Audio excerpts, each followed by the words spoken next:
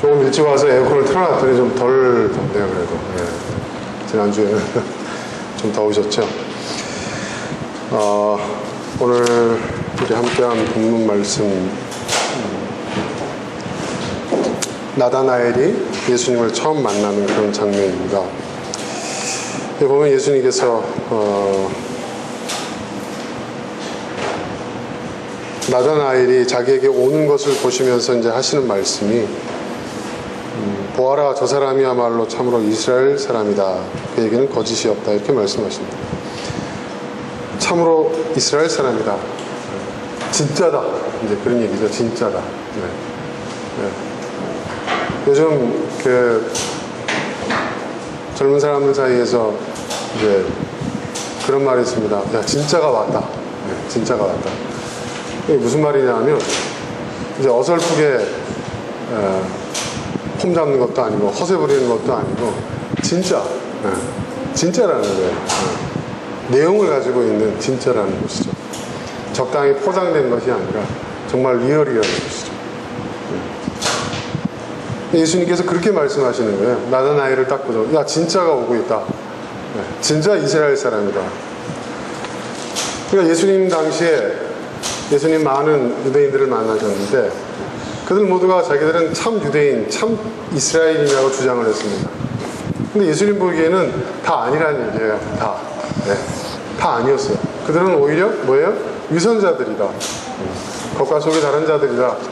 겉으로는 의로운 척하고 하나님의 백성인 척하고 참 유대인, 참 이스라엘인 척하지만 그들은 진짜가 아니라고 주님께서 말씀하셨어요.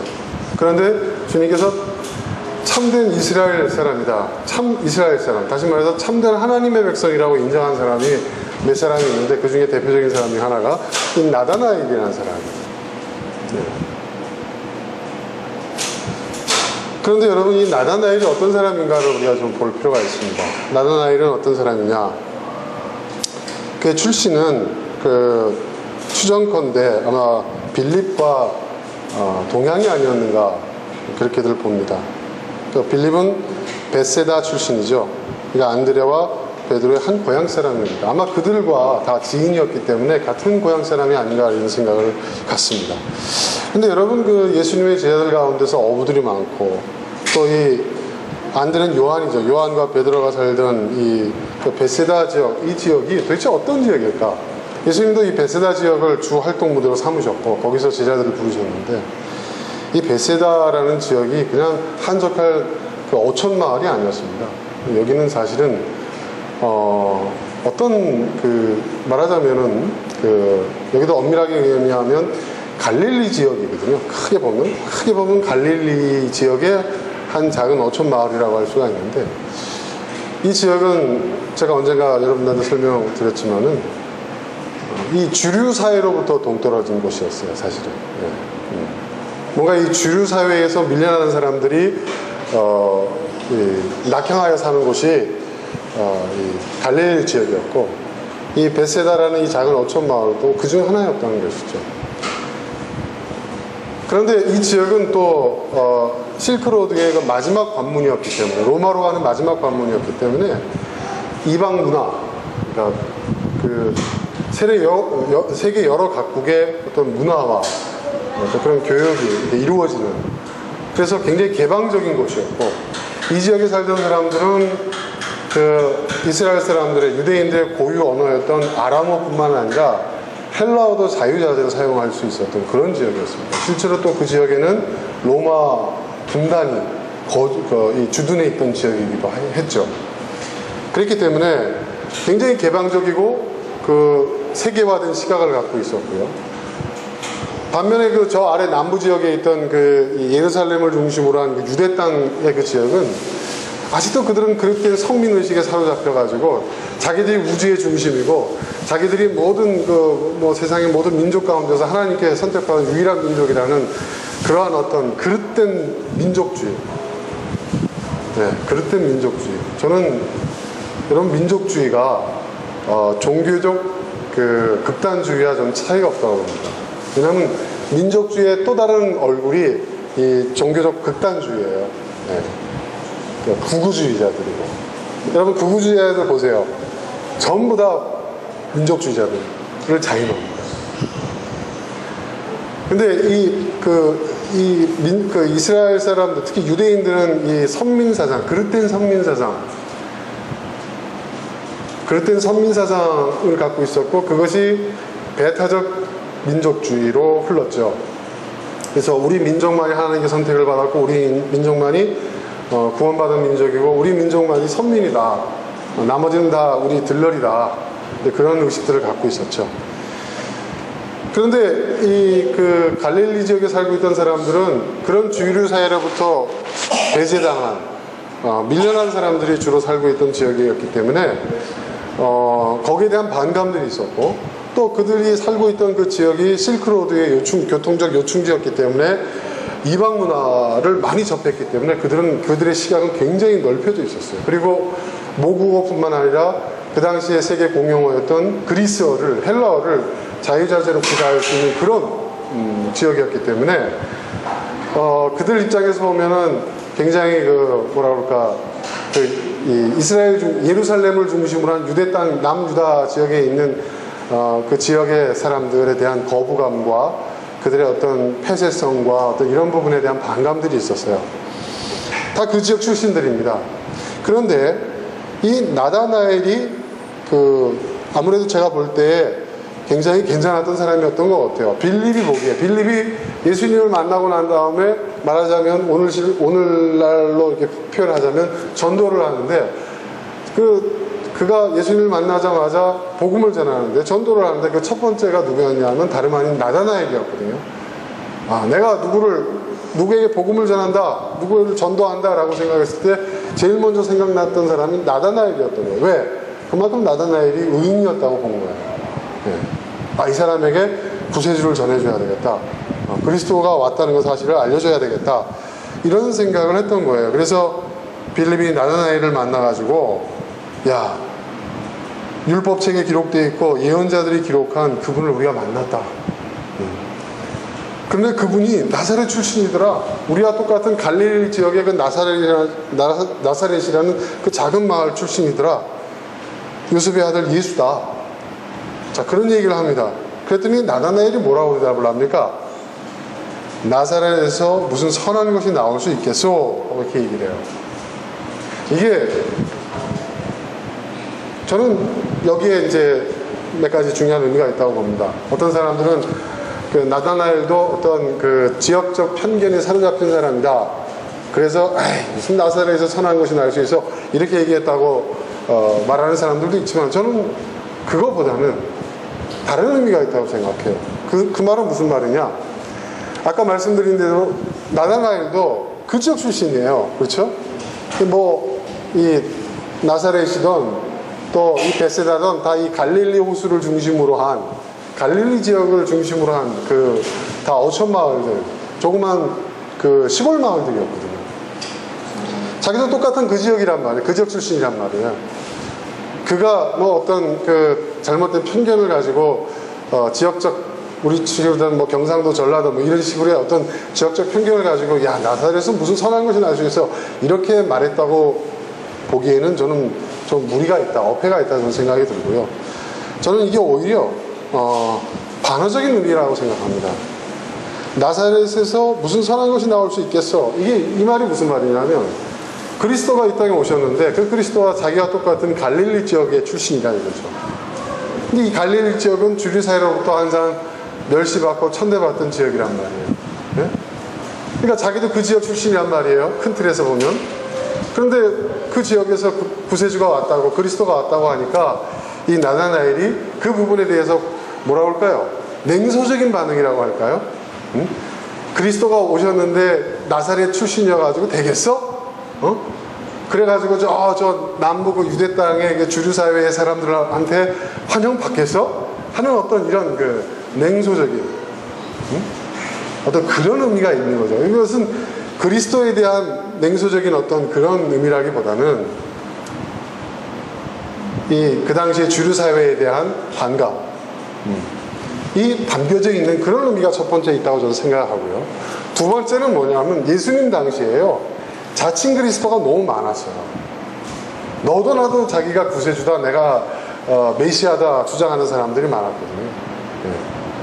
그리고 특히 이 나사렛 지역을 그러니까 이 갈릴리 지역으로 중심으로 해서 거짓 메시아가 자주 출몰을 했어요. 예. 그러니까 왜냐하면 그 지역이 여러분 아시겠지만 그 구약 성경에 그 예언되어 있는 그 메시아의 그 출생지가 주류 사회에 있던 남유다 땅이 아니었잖아요. 그렇죠? 베들레헴아 뭐 그 말씀 있잖아요. 그러니까 그 주류 사회가 아닌 곳에서 태어난다고 하니까 너도 나도 그걸 다 알고 있었거든요. 그러니까 너도 나도 그냥 그 변방에서 내가 그리스도다, 내가 메시아다, 내가 오실 그이다라고 주장하는 사람들이 많았다는 거죠. 그러니까 나사렛에서 선한 것이 나올 수 있겠냐 이 얘기는, 선하다는 말은, 선한 것이라는 것은 좋은 것, 착한 것 뭐 이런 의미도 있지만, 또 이 선하다, 이 유대인들에게 선하다라는 그 의미는 뭐냐면 진짜, 리얼, 예, 진짜, 가짜가 아닌 진짜를 의미하는 거예요. 그러니까 그런 어떤 그 당시의 사회적, 시대적 정서가 반영이 돼서 나다나엘이 갈릴리에서 나사렛에서 메시아가 오셨다고 하니까 거기에 대한 그런 냉소적인 반응을 보였던 거죠. 그래서 빌립이 뭐라고 얘기하느냐, 와서 보라는 거예요. 그럼 당신이 와서 보라는 거죠. 직접 와서 봐라. 근데 여러분, 진리는요 말로 설득하는 게 아닙니다. 경험하는 거예요. 진리는요, 여러분 우리가 알아야 될 것이 있어요. 저는 진리는 여러분 말로 설명되어질 수 있는 게 아니에요. 말로 설명되어질 수 있다? 저는 그건 진리가 아니라고 생각합니다. 그건 어떤 철학적 명제나 어떤 과학적 어떤 그 진술, 이런 것들은, 그런 사실들은 우리가 그 말로 전달되어질 수 있지만, 진리라는 것은요, 아이러니컬하게도 진리는 보편성을 갖고 있음에도 불구하고 진리의 체험은 완전히 100% 개인적인 거예요. 왜냐하면 이것이 진리인 것을, 특히 이 종교적, 철학적, 이런 영적 진리는 나의 어떤 체험이 뒷받침되어지지 않으면은 그것은 진리로서 받아들여지지가 않아요. 굉장히 중요한 얘기입니다. 그러니까 이것이 진리예요. 나에겐 분명한 진리예요. 그것이 나에게 진리일 수 있는 이유는 뭐예요? 내가 경험했기 때문입니다. 내가 봤다는 것은 뭐예요? 경험이거든요. 이 본다라는 것은요, 단순히 눈으로 보는 것이 아니라 경험을 의미해요. 와서 봐라. 이 말은 무슨 얘기냐면, 와서 네가 경험하라는 거예요. 긴지 아닌지. 그 얘기를 한 거예요. 그러니까 다른 사람에게는 진리인데 나에겐 진리가 아닐 수도 있어요. 왜? 나는 그 체험이 없거든요. 그러니까 여러분, 이건 뒤집어서 얘기하면 무슨 얘기냐면, 진리는 강요되어질 수 있는 게 아니에요. 진리는 여러분 철저히 실존적인 자기 체험이에요. 그래서 그 19세기 말 20세기 초에 그 실존주의 철학이 굉장히 크게 유행을 했죠.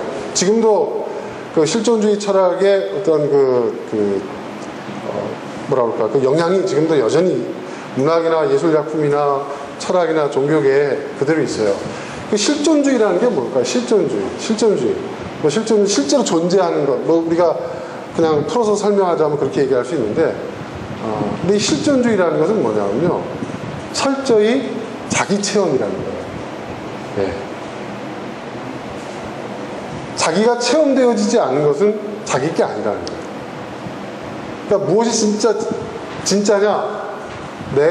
내가 실존적 체험을 가진 것이 리얼이라는 거예요.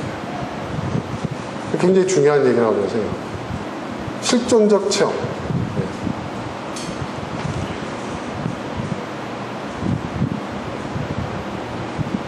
그러니까 중요한 것은 여러분, 진리 그 자체에도 중요하지만 그 진리가 진리로서 나에게 체험되어지는 그 사건이 중요한 거예요. 네. 신앙은 거기서 출발하거든요. 그러니까 여러분, 종교는요, 강요할 수 없는 거예요. 종교는. 우리가 우리 기독교의 가치관, 철학, 세계관, 교훈, 진리를 우리는 전하는 거예요. 하지만 그 전할 뿐이지 강요할 수는 없는 거예요. 강요되어지는 진리는 진리가 아니에요. 진리는 자기의 실존적 체험에 의해서 이게 진리구나 라는 것을 받아들여지는 거예요. 나는 믿어지는데 왜 너는 안 믿어지냐? 그렇게 얘기할 수 있는 게 아니에요. 네. 빌립이 그렇게 합니다. 와서 보라는 거예요. 경험하는 거예요. 자, 그래서 나다나엘이 예수님께로 갑니다. 예수님께서 나다나엘이 오는 걸 봤어요. 그리고 그를 두고서 말씀하십니다. 보아라, 저 사람이야말로 참으로 이스라엘 사람이다. 그에게는 거짓이 없다. 참으로 이스라엘 사람이다. 이러면 진짜다 이거예요. 진짜 이스라엘 사람이다. 진짜 하나님의 백성이다. 스스로 하나님의 백성인 척하는 사람 많고 하나님의 백성임을 주장하는 사람 많지만 저 사람이야말로 진짜 하나님의 백성이다. 예수님이 인정한 사람이에요. 그렇게 말하니까 나다나엘이 깜짝 놀라요. 저를 아십니까? 그랬더니 예수님이 뭐라고 말씀하십니까? 빌립이 너를 부르기 전에, 빌립이 그를 부르는 것도 알고 계셨고요. 너를 부르기 전에 내가 무화과 나무 아래에 있는 것을 내가 보았다 이렇게 얘기하십니다. 이게 도대체 무슨 말일까요? 네? 딴 데서 내가 널 봤어. 전에 너는 나를 모르겠지만 나는 전에 너를 좀 봤다. 그 말씀일까요? 근데 그 말하고 지금 이 본문에서 얘기하고 있는 내용하고 이게 그런 의미라면 맥락이 안 맞잖아요. 이게 도대체 뭘까요? 여기에는 우리가 모르는 부연 설명이 필요합니다. 여러분, 그 당시에 유대인들은요, 예수님 당시의 유대인들은요, 그때가 세기말이라고 생각했어요. 예. 시대의 끝이라고 생각했어요. 왜 그러냐면 그들이 오랫동안 로마의 식민 지배를 받았잖아요. 그렇죠? 그리고 예루살렘을 지배하고 이스라엘 지배하고 있는 사람이 누구죠? 에돔 족속이잖아요. 에돔 족속의 왕. 그죠, 여러분? 예수님 당시에 그 왕이 에서의 후예인 에돔 족속이에요. 에돔 족속 출신이란 말이에요. 그러니까 로마가 유대인들과 이 에돔 족속 간의 이 역사적 어떤 그 갈등 관계를 알기 때문에 왕을 그냥 세워버린 거예요. 헤롯이 에서의 후손인 에돔 족속이란 말이에요. 네. 왕을 세웠어요. 근데 여러분 알아야 될 것이 있는데 이 헤롯 왕이 성전을 그래서 여러분 헤롯을 그냥 헤롯이라고 안 부릅니다. 헤롯 대왕이라고 불러요. 그레이트 헤롯이라고 불러요. 그러니까 이것은 유대의 역사에 헤롯 대왕이라고 기록되어 있는 거예요. 이방 족속인데 왜 그럴까 아세요? 성전을 가장 크게 지은 사람이 여러분 솔로몬 왕이 아닙니다. 솔로몬 왕이 아니에요. 헤롯 왕이에요. 헤롯은 로마의 그 힘을 등에 업어가지고 유대의 왕이 됐단 말이에요. 분봉왕이죠, 분봉왕. 왕이 됐어요. 근데 이 그러니까 에돔 족속, 에서의 후예인 에돔 족속의 왕에 대해서 유대인들이 불만이 엄청 많았거든요. 그래서 그들의 어떤 불만을 상쇄시켜줘야 돼요. 근데 그들에게 있어서 성전만큼 중요한 게 없거든요. 그리고 그 당시에 에서의 후예인 에돔 족속도 하나님을 섬겼어요, 여러분. 하나님을. 근데 유대인들이 그들을 인정하지 않았죠. 인정하지 않았어요. 같은 하나님을 섬기는 거예요. 사마리아인들 뿐만이 아니라 이 에서의 후예인 에돔 족속도 하나님을 섬겼는데 너희는 이방 족속과 피가 섞였기 때문에 너희들은 정통 아브라함의 자손이 아니야 하고 이제 배제시켰거든요. 근데 그거를 이 헤롯 왕이 엄청난 규모의 성전을 지음으로 인해서 나도 하나님을 섬기는 사람이다 라는 것을 유대인들에게 각인을 시키고 싶었단 말이에요. 그래서 어마어마한 규모의 성전을 지었고 역사상 가장 큰 성전, 가장 화려한 성전을 지었어요. 그래가지고 유대인들이 그걸 인정을 한 거예요. 그래서 헤롯 대왕이라고 부릅니다. 그리고 성경 원문을 보면, 원전을 보면, 원어 성경을 보면 그리스라고 헤롯 대왕이라고 되어 있어요. 그리고 그 당시에 그 유다의 역사서를 보더라도 그레이트 헤롯이라고 기록되어 있어요. 헤롯이 인정을 받은 거예요.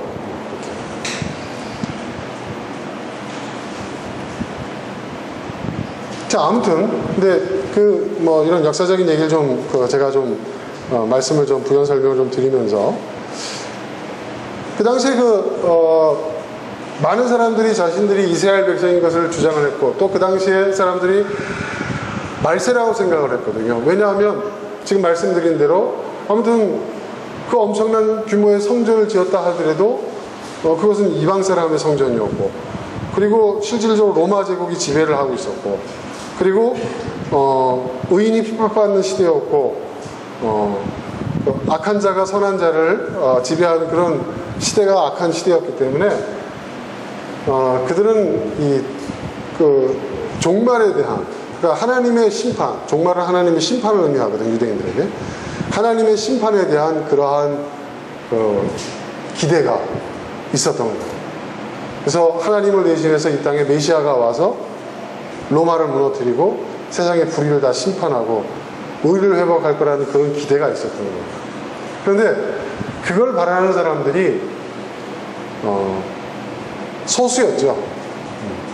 정말 그걸 정말 진정 바라는 사람들이 그렇게 많지 않았어요. 근데 그걸 진정 바라는 사람들이 바라는 사람들 간에 어떤 약속이 있었어요.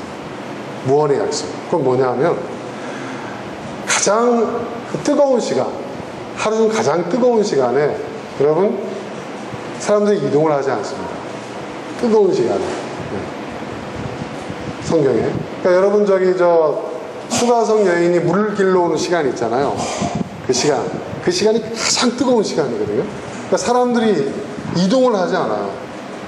여러분, 유대인들의 시간은 하루의 시작이 언제라고요? 아침입니까? 저녁입니까? 네. 나중에 이제 로마 제국의 지배를 받으면서 이 시간의 개념이 이제 바뀌었지만, 세계 표준으로 바뀌었지만, 오랫동안 유대인들의 시간의 개념은요, 저녁입니다. 그래서 여러분 이제 뭡니까? 창세기에 보더라도 어떻게 돼요? 저녁이 되고 아침이 되니 어떻게 돼요? 하루가 됐다, 이렇게 얘기하잖아요. 그들은 저녁이 하루의 시작이었어요. 그러니까 이제 이 성서의 초기의 그 세계관이 아시아적이라고 얘기하는 것도 그래서 그런 거예요. 우리 이 고대 이 아시아, 이 동양에서도 하루의 시작은 저녁이라고 쳤습니다. 그래서 여러분, 우리가 인력 기준이 아니라 원력 기준으로 한 그 자체가 그런 배경이 있는 거예요. 특히 유목민들에게서는 뜨거운 대낮에 이동을 안 하거든요. 밤에 이동을 합니다. 낮에는 텐트를 치고 쉬고, 남은 그날에 쉬고, 밤에 이동을 해요. 자, 가장 뜨거운 시간에 사람들이 나다니지 않는 그 시간에 정말 하나님의 이 불의한 세상에 대한 의의 심판을 기대하고, 하나님의 역사에 대한 하나님의 의의 개입을 기대하던 사람들이, 그 뜨거운 시간, 아무도 사람들이 왕래하지 않은 그 시간에 이 사람들이 나무 그늘에 안에 앉아서 하나님께 기도하는 그러한 기도의 시간들을 가졌다고 합니다. 네. 그걸 봤다는 거예요. 이 말은 무슨 얘기냐? 예수님이 내가 어디 지나가다 보니까 너 거기서 기도하고 있더라, 이 얘기가 아니라, 이 말은 뭐냐면 지금 처음 보는 거 아닙니까? 그러니까 나다나엘이 날마다 그 사람들의 왕래가 없는 그 뜨거운 한낮에 무화과 나무 그늘 아래 앉아가지고 하나님의 의의 심판을, 이 불의한 세상에 대한 하나님의 의의 심판을, 이 역사에 대한 하나님의 개입을, 메시아를 기다리는 그러한 신앙과 그러한 기대를, 그러한 기도를 하나님께 드렸던 것, 주님께 드렸던 것을, 하나님께 드렸던 것을 내가 들어서 안다. 너의 기도를 내가 안다. 네가 무엇을 하나님께 기도했는지를 안다는 거야. 그러니까 나다나엘이 놀라는 거죠. 그래서 49절에 나다나엘이 이렇게 대답합니다. 선생님은 하나님의 아들이시요 이스라엘의 왕이십니다. 이 말은 뭐냐면 당신은 진짜 그리스도입니다. 당신은 진짜 메시아이십니다 라고 얘기를 하는 거예요.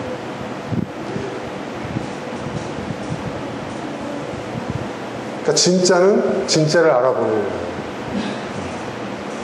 굉장히 중요한, 저는 여기서 굉장히 중요한 그 교훈을 얻습니다.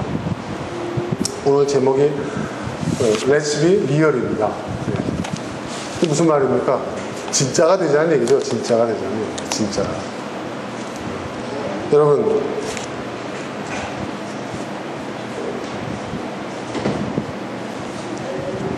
예수님 당시 시대뿐만 아니라 지금 이 시대에도요, 가짜들이 판을 치는 거 없습니다. 진짜를 자처하는 가짜들이 많습니다. 그리고 가짜들 중에서요, 자기가 진짜인 줄 착각하고 있는 가짜들이 많아요. 그럼 우리는 어떨까요? 우리는 예수님이 너는 참 이스라엘인이다, 너는 참된 하나님의 백성이다 라고 인정했던 나다나엘은 어떤 사람이었다고? 아까 제가 말씀드렸죠. 그가 뭐 유대교의 어떤 종교적 어떤 그런 여러 가지 어떤 그 절차들을 그 행위들을 그 절차들을 그 규례들을 그가 열심히 준수하고 성전에 가서 열심히 뭐 하고 유대인으로서 열심히 살았던 사람은 아니에요. 이 사람들은 주류 사회에 낄 수 없는 사람들이라고 했잖아요. 그죠? 그리고 오히려 그런 유대인들의 그 주류 사회를 그런 사회에 대해서 반감을 갖고 있던 사람들이에요. 그 시대의 삐딱이들이죠, 말하자면. 그 시대의 왼손잡이들이란 말이에요.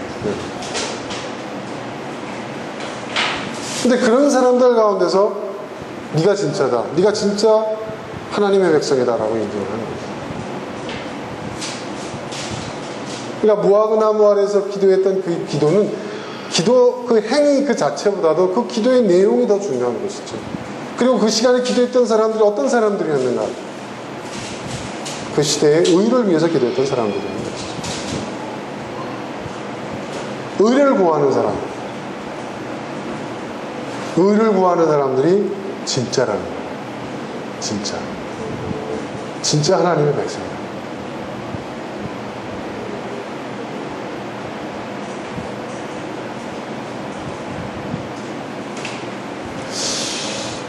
요즘 저는 이제 그런 생각이 듭니다. 나는 진짠가 가짠가? 진짠가 가짠가? 진짜가 되기 위해서 노력하고 있는 사람인 것 같습니다. 좋게 말하면. 이 말은 진짜는 아니라는 얘기죠. 아직.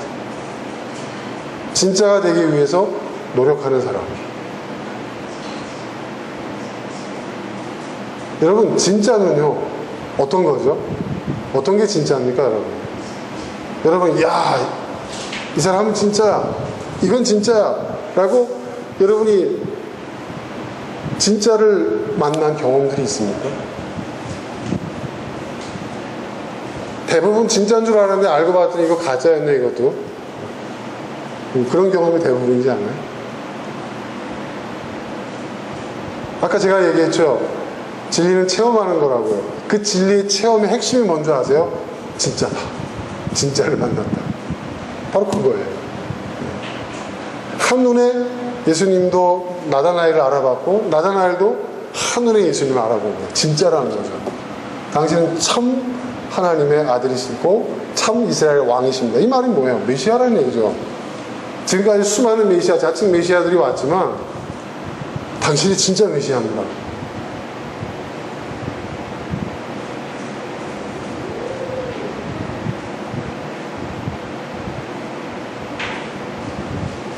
주님이 보시기에 나는 진짜일까? 그런 생각도 해봅니다. 여러분, 진짜의 가장 큰 특징이 뭐죠? 진짜의 가장 큰 특징이 뭐예요? 네? 예수님도 말씀하셨어요. 이 사람에게는 뭐가 없다고요? 거짓이 없다. 거짓이 없다. 거짓이 없다는 건, 나다나엘이 예수님을 만나기 전에 보세요. 그래? 예수님이란 분이 있어? 한번 가볼까? 이런 반응이 아니었죠. 야, 나사렛에서 무슨 선한 것이 있겠어? 그게 어떤 의미든 간에. 그런 어떤 회의, 그렇죠? 그런 냉소. 신앙인의 입장에서 보면, 일반적으로 신앙인의 입장에서 보면 여러분 굉장히 불경스러운 태도예요. 그렇지 않습니까? 하지만 그는 그렇게 반응했어요. 근데 그런 행동, 그런 태도조차도 거짓이 없는. 여러분, 중요한 것은 하나님 앞에 우리는 거짓이 없어요. 거짓이 없다는 건 뭐예요? 척하지 않는다는 겁니다. 네. 여러분, 진짜는요, 척하지 않습니다. 네. 항상 보면 가짜가 척해요. 네. 가짜. 네. 그렇죠? 착한 사람인 척. 네? 네? 그렇죠? 신뢰할 만한 사람인 척. 네. 그리고 나를 정말 믿고 따르는 척. 네. 우린 자꾸 그게 깜빡깜빡 속잖아요. 진짜 나를 사랑하는 척. 네? 그렇죠? 정말 내 앞길을 염려해주는 척 한단 말이에요. 근데 왜 자꾸 사람들이 속을까요? 가짜한테 속는 이유가 뭐죠, 여러분? 내가 듣기를 원하는 말을 해주고요. 내가 보기를 원하는 걸 보여주고요. 내가 얻기를 원하는 것을 주거든요. 네. 여러분, 모든 가짜의 특징이 그겁니다. 모든 사기꾼들의 특징이 그거예요. 네. 거기에 속아요, 사람들.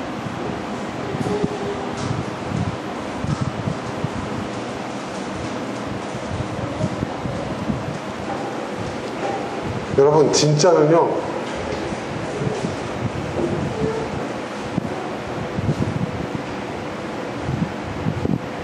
정말 진짜는 진짜 리얼합니다.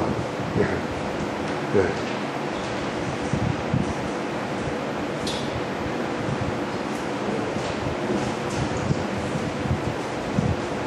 여러분, 결혼하셨을 때 처음에 어땠어요? 네? 여러분이 생각한 진짜 리얼은 뭐였어요? 네? 네. 여러분이 생각했던 리얼과 진짜 리얼은 어떻게 차이가 있습니까? 다르죠? 근데 어떤 게 리얼이에요, 여러분?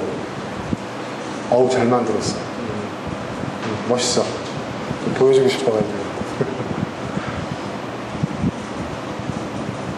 또 아이를 낳았어요. 부모 키우면 난 좋은 부모가 될 거야. 좋은 부모가 되려고 노력 안 했나요? 지금도 노력하고 있잖아요. 우리가 얼마나 많은 노력하고 있습니다. 저는요, 제가 태어나가지고 가장 노력 많이 한 게 좋은 부모가 되려고 노력한 것이 가장 큰 노력을 기울였어요. 그런데 현실은 어떻습니까? 좋은 부모가 되려고 노력하면 노력할수록 어떻게 돼요? 내가 더 나쁜 부모가 되어지는 듯한 느낌을 받는 건 어떤 이유죠? 왜 그렇죠?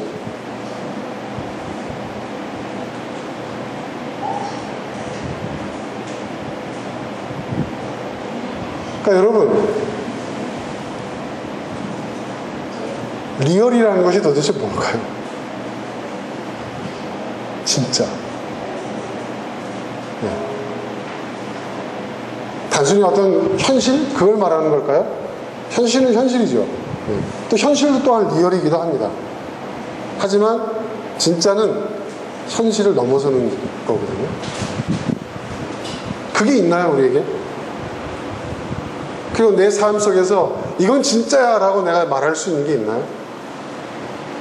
그게 있으면 여러분들은 제대로 사시는 거예요. 이것만은 진짜야, 이건 가짜가 아니야 라고 말할 수 있는 것이 있다고 한다면 여러분 제대로 사시는 거예요.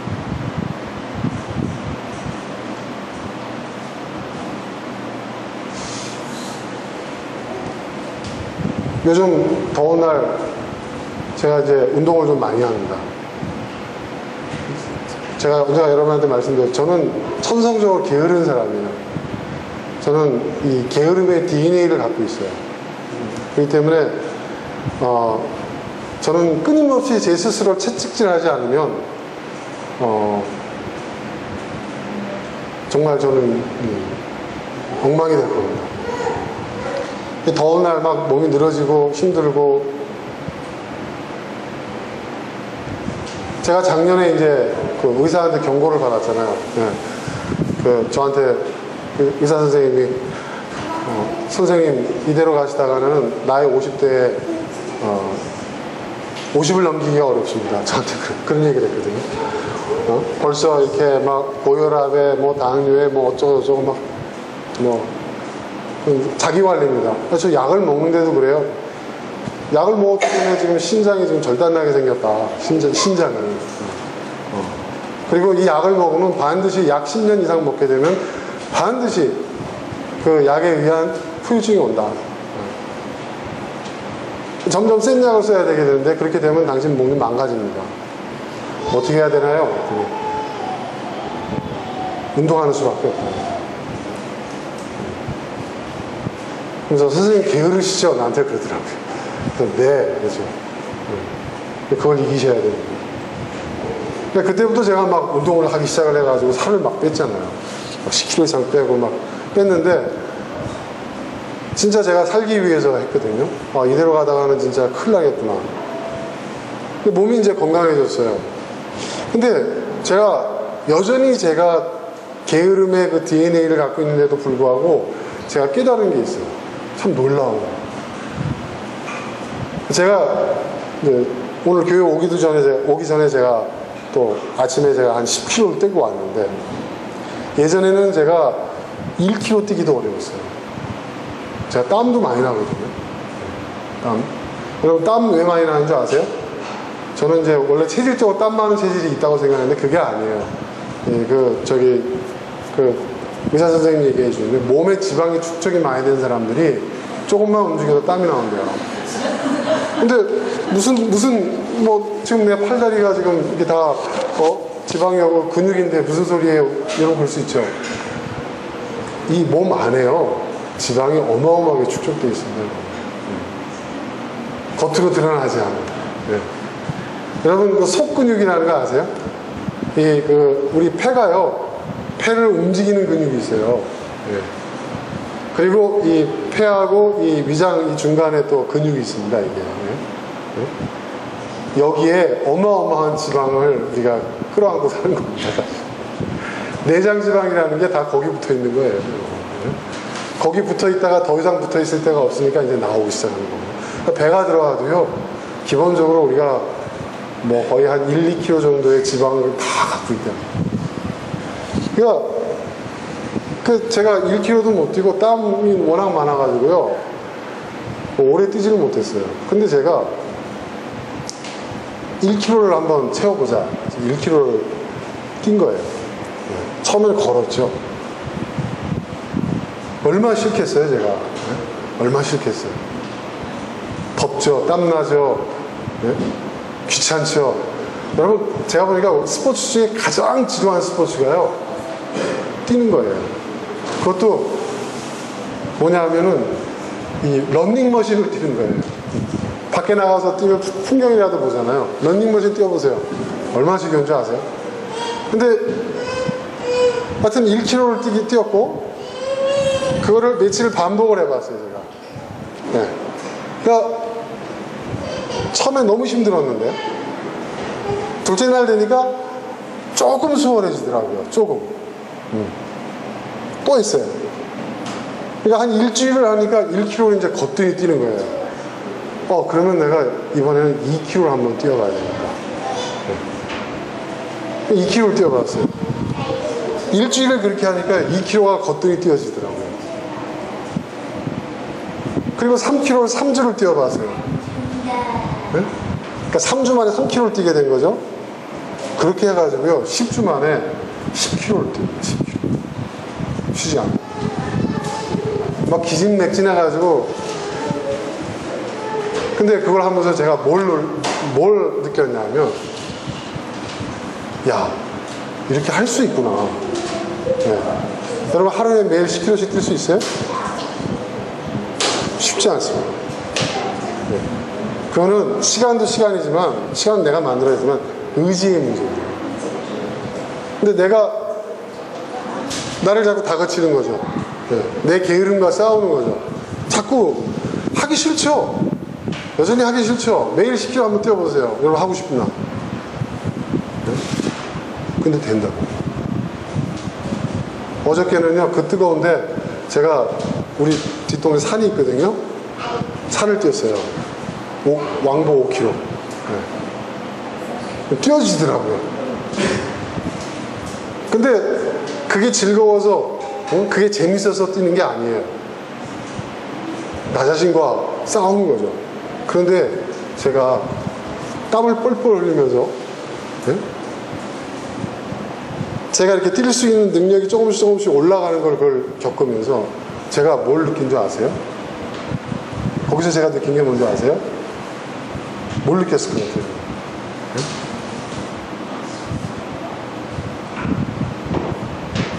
내가 살아있다는 것을 진짜로 느낀 거야. 네. 내가 회사에서 일하고, 회사에서 일하고, 뭐 집에 와서 쉬고, 뭐 다 그럴 수 있죠. 그러니까 편안하고 즐겁고 그런 순간도 좋고, 또 열심히 일을 하고 내가 뭔가에 집중해서 내가 해야 할 일에 매진하는 것도 좋아요. 좋은데, 참 놀라운 것은 말입니다. 제가 이렇게 10km씩 뛰고, 막 산 속을 막 이렇게 산을 막 뛰어다니고, 그 힘들고 숨이 턱턱 막히고 땀을 뭐 제 신발까지 질척거릴 정도 땀이 나거든요. 그러면. 근데 그때 내가 살아있는 느낌이 들어요. 아, 내가 살아있구나. 참으로 내가 살아있구나. 근데 내가 살아있다는 느낌을 딱 느끼는 그 순간에 내 마음속에는 모든 잡념들이 다 사라져요.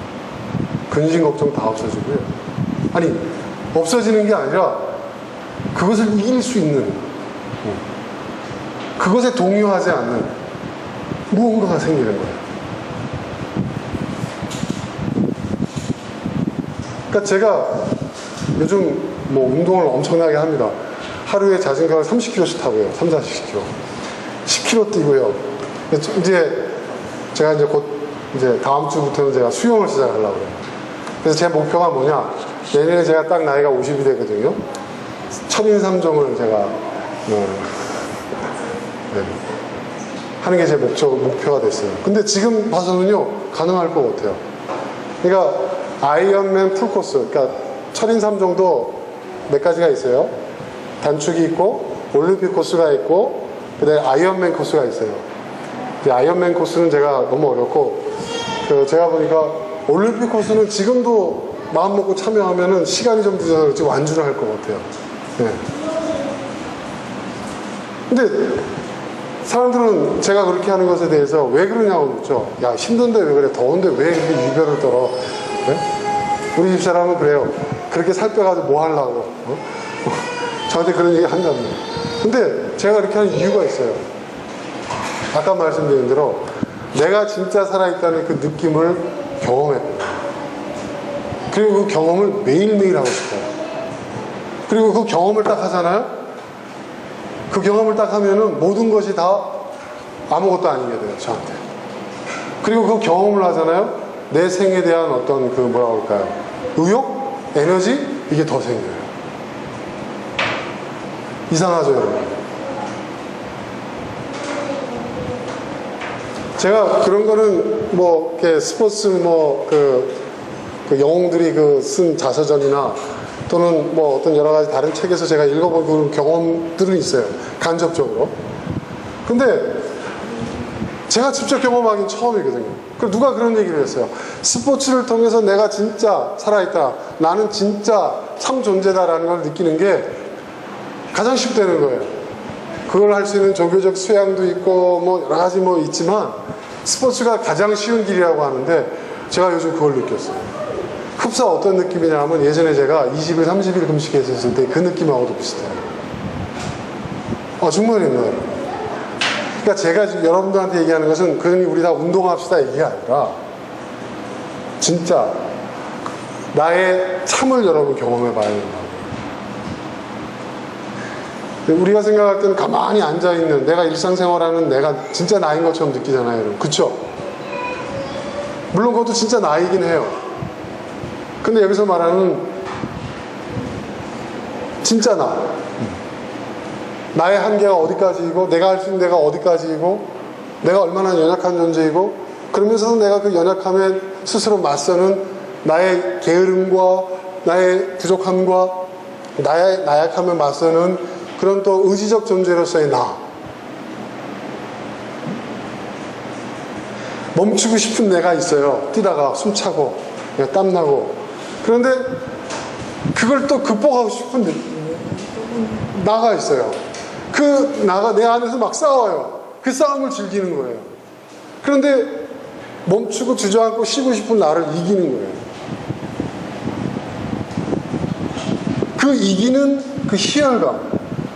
그래서 계속 매 순간순간 나를 이기기 시작하는 거예요. 1kg, 2kg, 3kg, 4kg, 5kg, 10kg까지. 그러니까 저는 이거를 저희 가족들한테 나누고 싶은 거예요. 야, 그래서 자전거 타러 가자. 야, 뛰러 가자. 이번에도 국토순례 할까 하는데 기겁을 해요, 다들. 기겁을 해요. 혼자 하라고. 혼자가 왜 날 끌어들여. 고생시키려고 하는 게 아니라 제가 경험한 것을 나눠주고 싶은 거예요. 딴 게 아니에요. 네. 근데 제가 깨달았어요. 아까 제가 얘기했잖아요. 초반에 잘했죠. 그렇죠? 그거는 뭐라고요? 누가 억지로 강요할 수 없는 거예요. 네. 어쩔 수 없어요. 어쩔 수 없어요. 근데 어쩔 수 없어도 그거를 체험할 수 있는 환경을 만들어주고 싶어요. 제가. 그런 상황을 만들어주고 싶어요. 네. 저는요, 여기 방이동에 있는 송파구 방이동에 청병원에 있는 그 의사 선생님이 정말 고마워요. 저한테 그랬거든요. 이대로 가면 당연히 죽습니다. 50대에 반드시 죽습니다. 뭐 그게 진짜였던 협박이었던. 근데 의사가 그렇게까지 얘기할 필요가 없거든요. 근데 그때 사실 저 굉장히 심각했어요. 그런데 단 2년 만에 완전히 바뀌었잖아요. 저 지금 당뇨 완전히 없어졌어요. 혈압도 없어졌어요. 그리고 몸이 얼마나 가벼워진 거예요. 그러니까 건강해졌다는 그 느낌 그 자체보다도 그러한 것들을 그것이 하나의 동기가 되어져 가지고 시작을 했는데 지금은 그거보다 더 큰 걸 깨달은 거죠. 더 큰 걸 깨달은 거죠. 예전에 저는 이제 뭐 마라토너의 정신 뭐 이런 얘기 나오면 웃기는 소리 하고 있네 막 좀 그랬어요. 그건 다른 사람들 그런 사람들이 따로 있다고 생각했는데 지금은요 그게 뭔지를 조금 알 것 같아요. 진짜. 네. 자기 한계를 극복하고 그걸 이겨나간다는 것이 얼마나 멋진 것인지를 알게 되는 거예요.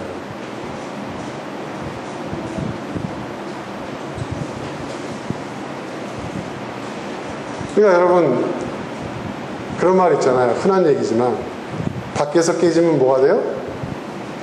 계란 후라이밖에 안 돼요. 하지만 안에서 깨면 뭐가 돼요? 또 다른 계란을 날 수 있는 병아리가 되는 거예요. 그죠? 그러니까 이게 우리는 스스로 깨려고 하지는 않아요. 근데 스스로 깨야 됩니다. 여러분 진리는요 제가 요즘 느끼는 건 뭐냐면 진리는 아는 게 아니에요. 네. 진리는 아는 게 아니에요. 진리는 아는 게 아니에요. 진리는요 그것이 진리인 것을 체험하는 거예요. 그것이 진리인 것을 체험하는 것은요 그 진리를 실천하는 것밖에 없어요. 그렇게 해보는 거예요. 그것을 해봤을 때 아 이게 정말 진리였구나 라는 것을 깨닫는 거예요. 그리고 그 체험이 믿음이 되는 거예요. 그건 우리의 신앙뿐만 아니라 우리의 인생도 마찬가지입니다. 여러분. 우리의 인생.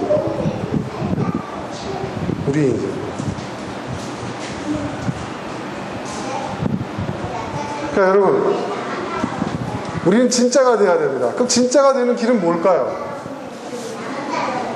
많이 배우고 많이 알고 많이 보고 네, 그 도움이 될 수 있겠죠. 근데 진짜가 되는 것은요, 여러분, 이러한 나를 한계 상황으로 몰아넣는 그런 게 필요해요. 네.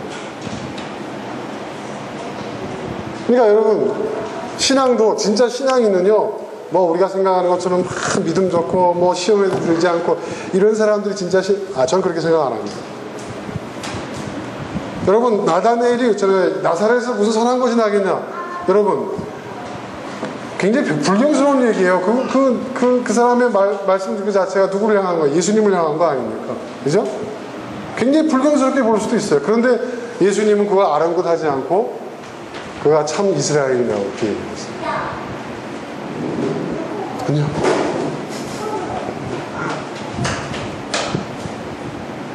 그러니까 진짜라는 게 도대체 뭘까? 진짜 나. 네. 또 내가 진짜 신앙인. 응? 내가 또 진짜 나의 삶을 사는 사람이 된다고 한다는 것은 뭘까? 제가 누누이 강조했지만 예수님이 이 땅에 오신 목적이 우리에게 영원한 생명을 주기 위해 오셨다고 했는데 그 영원한 생명이라는 게 죽지 않고 영원히 사는 걸 말하는 게 아니라고 그랬죠, 제가. 영원하다는 건 참된 거예요. 참된 생을 주려고 왔다는 거예요. 그게 도대체 뭘까? 나의 삶을 살아가면서 이건 진짜야. 이건 정말 진짜라고 내가 얘기할 수 있어. 나 자신에 대해서 말할 수 있는 것들이 있냐 이거죠. 우리는 우리를 둘러싼 것들에 대해서 얘기할 건 많아요. 우리의 걱정, 우리의 근심, 우리의 현실, 뭐 여러 가지 있잖아요. 예. 근데 진짜 거기에 내 주변에 있는 것들은 한가득이고 나에 대한 이야기는 한가득인데 정작 나는 없어요, 거기에. 여러분 그런 경험 해보신 적 없어요? 지금 내가 뭐 하고 있는 거지? 이런 생각 해본 적 없어요? 이게 맞나? 나 이렇게 사는 게 맞나?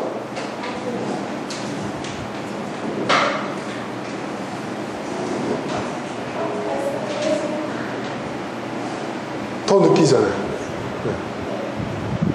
근데 전 그런 생각이 듭니다. 그렇다고 해서 어떤 이름을 얻고 어떤 업적을 만들고 돈을 이런 얘기를 하는 게 아니에요. 여러분이 진짜 저 같은 경우 나 윤선주, 이게 윤선주구나. 윤선주구나. 이게 윤선주의 한계고, 그리고 이 한계를 극복하고 싶은 그걸 극복하기 위해서 발버둥치는 실전적 자아로서의 윤선주가 이거구나 라는 것을 느낄 수 있는 그런 순간.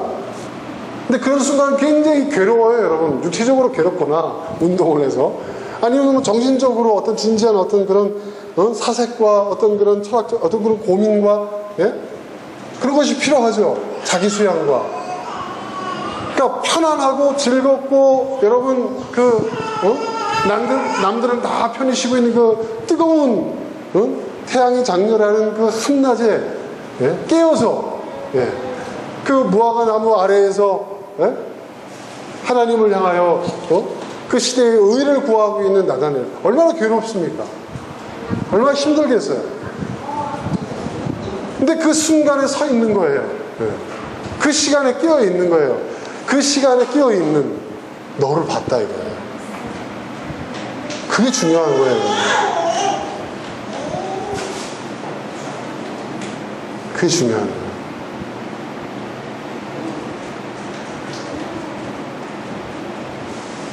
그런 나. 결과가 중요한 게 아니에요. 그런 과정에, 그런 상황에 내 스스로를 밀어놓을 수 있는.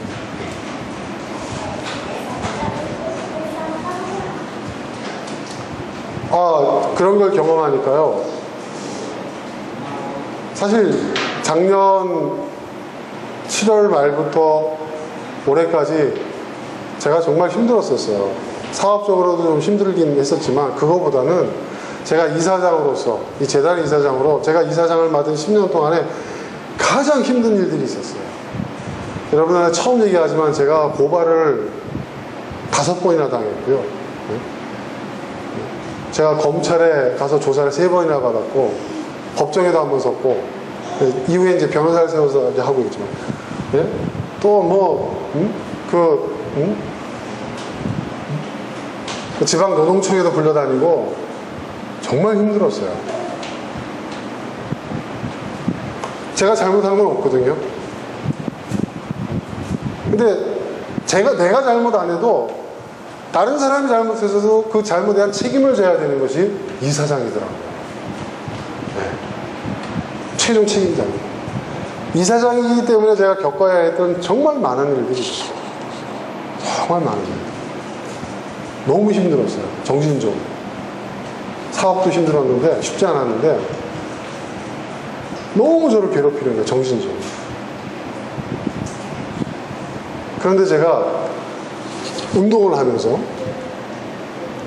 그 운동을 하면서 경험했던 것들 있잖아요. 그런 것들이 저의 그러한 일상생활 속에서도 적용이 되더라고요. 아, 이걸 견뎌내자. 이걸 이겨내자. 인내하자. 아유, 이사장에게 보고 다 버려. 아, 나 포기하고 싶어. 아, 너무 골치 아파. 이게 내가 잘못한 거야? 이거 내가 한 게 아니잖아. 근데 왜 내가 이걸 책임을 져야 돼? 그리고 내가 왜 이것 때문에 내가 경찰, 검찰 불려다니고 내가 이런 일들을 겪어야 돼? 내가 왜 이것 때문에 공무원들한테 시달려야 돼? 막 이런 생각들이 드는 거예요. 그만두고 싶은 마음. 근데 또 한편에서는 아, 그래도 네가 이거를 이사장으로서 감당해야 되지 않겠냐? 이걸 네가 지켜내야 되지 않겠냐? 이겨내야 되지 않겠냐? 끝없이. 근데 그거를 이겨내는 거예요. 하나씩. 한 문제 한 문제. 진짜 실타래처럼 엉켜서 이걸 어떻게 과연 해결해낼 수 있을까라는 그 문제들을 하나하나 해결해 나가는 거예요. 그러니까 사람들이 뭐라고 얘기하냐면 주변에서 공무원들도 이런 얘기를 하더라고요. 아, 이 사람이 정말 집요하십니다. 대단하십니다. 그걸 하나씩 풀어내니까. 하나씩 해결해내니까. 그러니까 저는 그걸 보면서 이번에 제가 정말 깨달은 게 정말 많습니다. 지난 1년 동안에 저의 그 깨달음이 제가 지난 10년 동안의 깨달음을 합쳐놓은 것보다도 더 큽니다. 그래서 요즘 제가 뭐라고 얘기하냐면 우리 직원들 앞에서 이젠 내가 진짜 이사장이 됐다. 그런 얘기 합니다. 진짜 이사장이 됐다. 저는 이사장 자리에 앉아있는 사람이었는데 이제는 진짜 이사장이 됐다.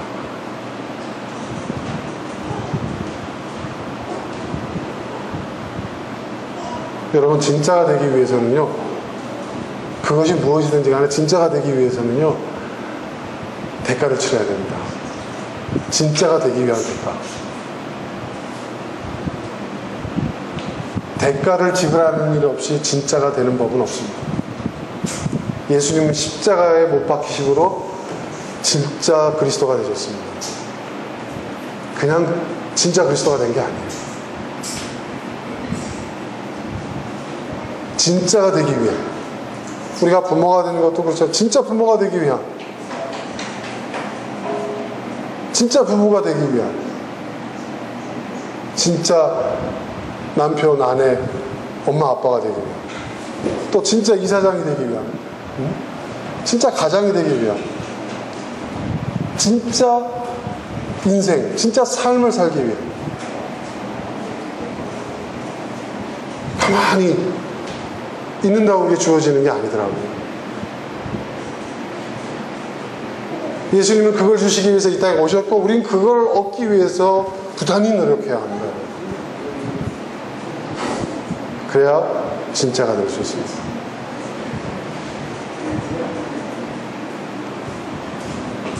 나다나엘처럼 예수님이 여러분을 보셨을 때 전 진짜다, 리얼이다 얘기할 수 있는 저희 여러분 모두가 될 수 있기를 주님의 이름으로 축원합니다. 이제 우리 함께 기도하겠습니다.